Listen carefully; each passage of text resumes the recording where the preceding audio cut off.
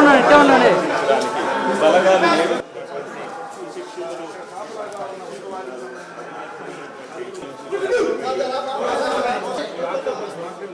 नमस्कार, आप देख रहे हैं क्राइम तक। मैं हूं अश्विनी सिंह। 22 अप्रैल को पहलगाम में जिस तरह से आतंकियों ने 26 सैलानियों को निशाना बनाया था, उसके बाद से लगातार भारतवासी जो है 140 करोड़ जनता की मांग उठी थी कि पहलगाम का बदला पाकिस्तान से जरूर लेना चाहिए। इसी कड़ी में आपको बता दें कि जो पीएम नरेंद्र मोदी हैं, उन्होंने लगातार हाई लेवल की मीटिंग की और इसमें रक्षा मंत्री समेत एक्सटर्नल अफेयर मिनिस्टर और होम मिनिस्टर, इसके साथ ही जो सचिव थे वो सभी मौजूद थे। यानी सेक्रेटरीट लेवल तक की ये मीटिंग हुई थी, जिसमें तमाम ऐसी हाई लेवल मीटिंग की गई जिसमें ये डिसाइड किया जाता है कि आखिर होगा क्या। और यही मीटिंग का अगर बोले तो लबोलबाब जो है अब देखने को मिल रहा है। जिस तरह से होम मिनिस्ट्री से ऑर्डर जारी हुआ जिसमें कहा गया कि 7 मई को पूरे देश में यानी भारत के 244 डिस्ट्रिक्ट्स में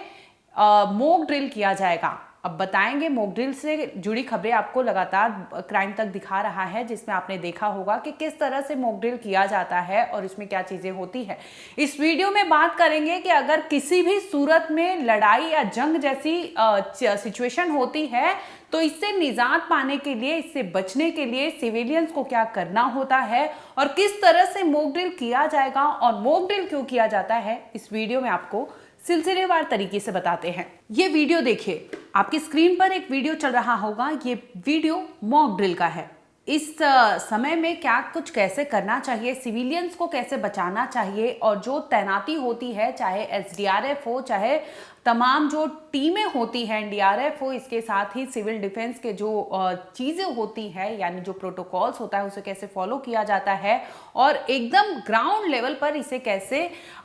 इस सब चीज़ों से बचाया जा सकता है, ये मॉक ड्रिल के तहत आपको बताते हैं। दरअसल मॉक ड्रिल ऐसी सूरत में किया जाता है जब आपने देखा होगा ये 5 डिकेड के बाद भारत में हो रहा है। यानी भारत और पाकिस्तान से 1971 में जो वॉर हुआ था, इसके बाद उस टाइम पे सायरन मॉक ड्रिल किया गया था, जिसमें सायरन बजी थी, जिसमें सिविलियंस को बचाया जा रहा था और सिविलियंस को बताया जा रहा था कि युद्ध जब होता है दो देशों में तो कैसे खुद को सुरक्षित रखना चाहिए। 1971 के बाद भारत में अब यानी लगभग 5 डिकेड के बाद भारत में मॉक ड्रिल होने जा रहा है, जिसमें अब साथ यानी कल की बात है, कल ये चीजें होंगी जिसमें ये बताया जाता है कि किसी भी सूरत में अगर एयर स्ट्राइक होता है या मिसाइल छोड़ी जाती है तो ऐसी सूरत में जो वहां पर मौजूद लोग हैं उन्हें विद इन ए सेकेंड कैसे बचाना है, चाहे वो मैसेज हो, चाहे वो ब्लैकआउट करके हो, चाहे वो सायरन हो, इन तमाम चीजों से कैसे सिविलियंस को बचना है, ये मॉक ड्रिल द्वारा बताया जाता है। हम नहीं चाहते कोई युद्ध हो, लेकिन युद्ध के लिए तैयार रहना जरूरी है। उस हिसाब से हम सिविल डिफेंस को एनर्जाइज कर रहे हैं, एक्टिवेट कर रहे हैं। हर राज्य में सिविल डिफेंस की एक अपनी ऑर्गेनाइजेशन है, एक व्यवस्था है, जिसको अब जो एमएचए ने आदेश दिया है कि वो सारे ड्रिल्स करें, बच्चों को, स्टूडेंट्स को, सभी युवाओं को तैयार करें। जो इवैक्यूएशन ड्रिल है, सायरन ड्रिल है, ब्लैकआउट करना हुआ, कैसे अपने आप को बचाना हो अगर कोई एयर रेड होता है। ये तैयारी अभी हमारे जो जनरल पब्लिक है उनके पास ये तैयारी करने के लिए आई है। इससे पहले मैं आपको बताना चाहता हूं कि हमारी सेनाएं पूरी तरह से 7 साल से इस तैयारी में जुटी थी कि कोई ऐसा मौका आए जब हमारे दुश्मन को धूल चटानी हो तो उसके लिए हम तैयार रहें। और उसका मौका हमारे दुश्मन ने पहलगाम हमला करके दे दिया है। और जैसा मैं पहले भी कह चुका हूं कि पीओके जो हमारा ही हिस्सा है, उस स्थिति को जल्दी और हेस्टन अप कर दिया है पाकिस्तान ने हमला करने के बाद। बता दें कि पाकिस्तान ने हाल फिलहाल में 2 मिसाइल फायरिंग की थी, टेस्टिंग किया था, जिसमें लगातार उन्होंने 2 दिनों तक ये सारी चीजें की थी और खबरें आ रही थी बॉर्डर पार से कि पाकिस्तान ने तमाम जो 2 मिसाइल है उसकी फायरिंग की है, जिसका वो परीक्षण सफल बोला है। और पीएम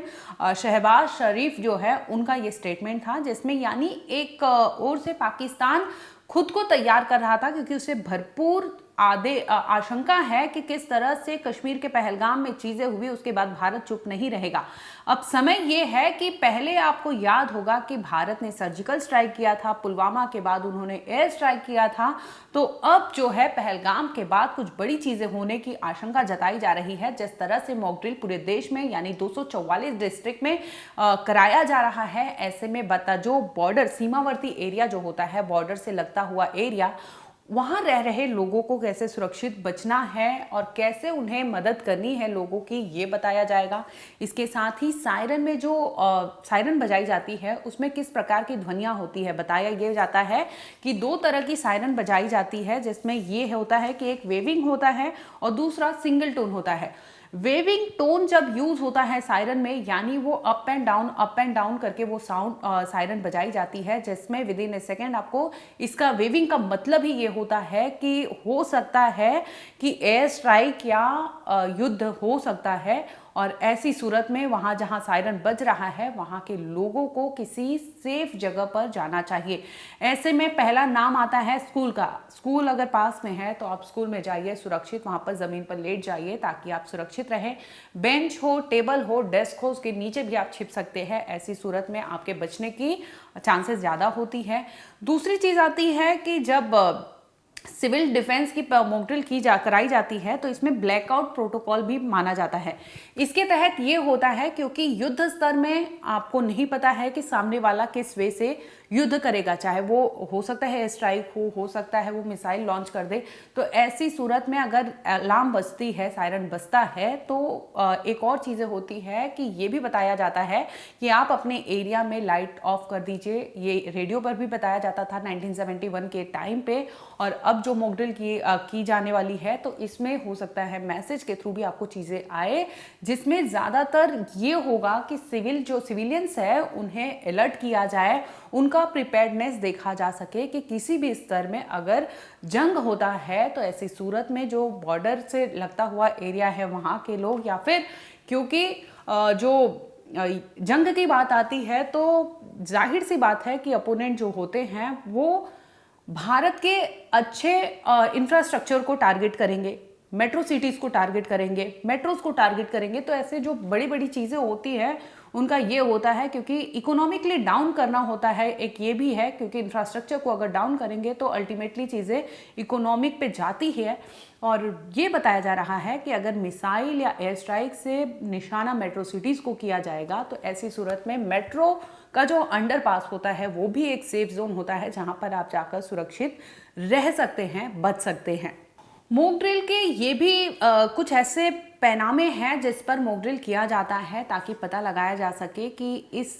डिस्ट्रिक्ट में, इस हॉटलाइन जो एरिया होता है वहाँ के लोग कितने अवेयर हैं और अगर ऐसी सूरत में जंग होता है तो वो खुद को कैसे बचा सकते हैं। और जो वहाँ पर तैनाती होती है, चाहे आर्मी हो, चाहे वायुसेना हो, थल सेना हो, वो लोग जिस तरह से उन्हें मदद चाहिए तो सिविलियंस कैसे मदद कर सकते हैं। चाहे इसके साथ ही आपको बता दें कि स्कूल और कॉलेज के स्टूडेंट्स को भी वहाँ पर जो वॉलंटियर करने जाते हैं उन्हें भी कैसे इसमें मदद करनी है। इसके साथ ही एनडीआरएफ हो, चाहे एसडीआरएफ हो, एनडीएमए हो, डीडीएमए हो, आपदा मित्र है। इसके साथ ही एनसीसी, एनएसएस के जो लोग हैं उन्हें भी शामिल किया गया है। होम गार्ड्स जो है, वॉलंटियर्स जो है, सिविल डिफेंस वार्डन्स जो है, लोकल अथॉरिटीज़ जो है, डिस्ट्रिक्ट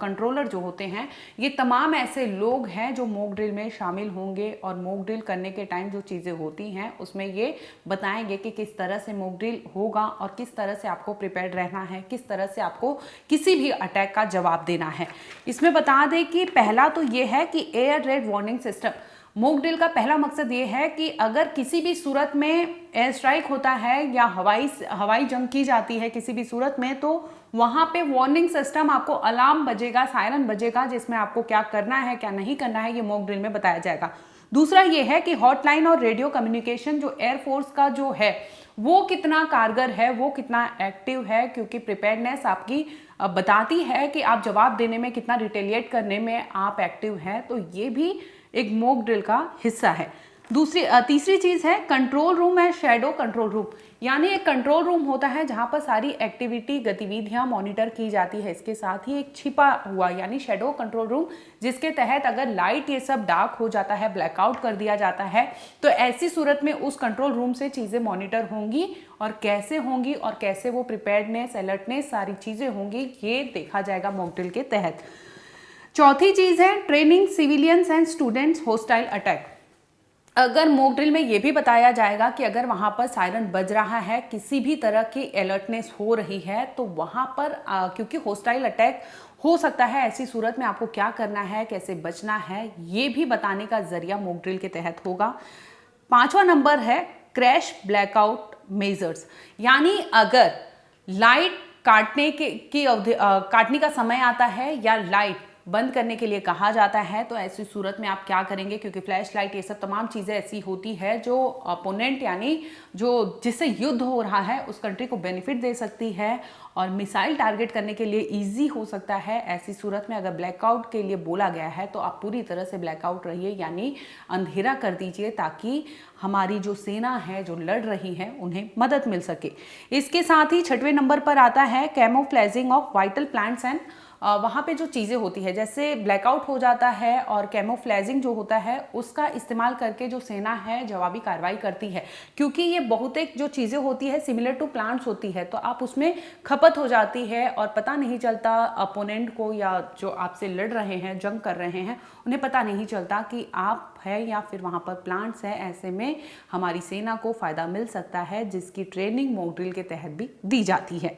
अब बता दें कि चाहे रॉकेट से हमला हो, चाहे मिसाइल से हो, चाहे हवाई हमला करे, वो किसी भी सूरत में मॉक ड्रिल में आपको कैसे क्या करना है, जो 244 डिस्ट्रिक्ट में ये तमाम चीज़ें होंगी और मीडिया लगातार आपको अवेयरनेस खबरें दिखा रही है, ताकि आप भी प्रिपेयर्ड हो सके कि आने वाले समय में अगर ऐसी कुछ सूरत होती है तो आपको क्या करना है, क्या नहीं करना है, यानी डूज एंड डोंट्स आपको पता होना चाहिए ऐसी सूरत में। क्योंकि जो नौबत आई है, जिस तरह से पहलगाम में इस तरह से गतिविधियों का अंजाम दिया गया और नाम पाकिस्तान के आतंकवादियों का आता है, पाकिस्तान का आता है, और फिर भी वो लगातार अपना कॉलर वाइट करने की कोशिश में लगा रहता है, और वहाँ से जिस तरह से वो मिसाइल का टेस्टिंग करके पीएम तक ने स्टेटमेंट जारी किया कि हमारी जो मिसाइल है वो